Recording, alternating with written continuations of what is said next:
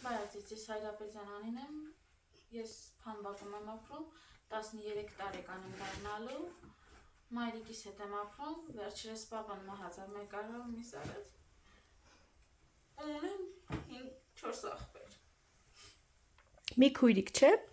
քույրիկը այս պահին այստեղ չի։ Քույրիկը այս պահին այստեղ չէ, բայց ես մայրիկիս օգնում եմ, երբևէ ճաշ եմ պատրաստում և խմոր եմ շահում։ Ապրես դու, ապերիկներին էլ հասցնում է խնամի, ապրես դու, մայրիկի օգնական։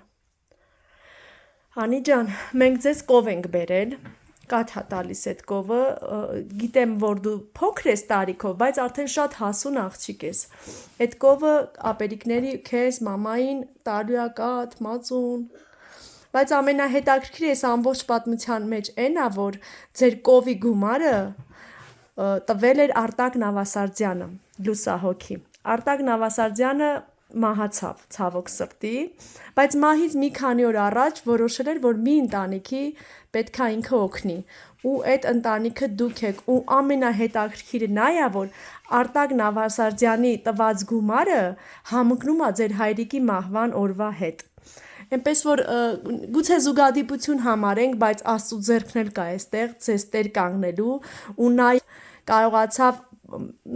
փոքր-ինչ գոնե ասեմ, փոքր-ինչ ձեր հայրիկի թողածը լրացնի, որ հայրիկը չէր հասցրել կով առնի, որ դուք ունենաք սնունդ, Արտակ Նավասարդյանը հասցրեց, թող Աստված լուսավորի եւ Արտակի եւ ձեր հայրիկի հոգին։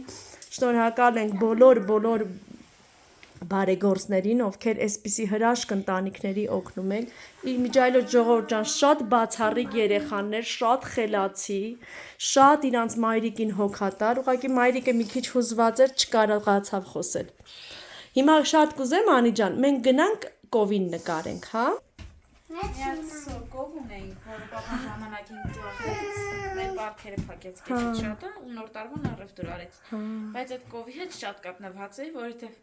մի քանի տարի առաջ այդ կովին պապայիս քերին նվեր տվեց։ Եվ իր հորթը իմ ծննդից մի օր հետո ծնվեց։ Հա, քեզ նվեր։ Փետրվարի 8-ին է իմ ծնունդը, իսկ այդ կովի ծնունդը փետրվարի 9-ին։ Հա։ Շատ կարոտում եմ այդ։ Հա, իհարկե, ահա։ Շատ խելոք։ Աստծո օրհնությունը ձեզ, երեխաներ ջան։ Թող Աստված օրհնի ձեր ընտանիքը, ձեր կիսատ մնացած երազանքները։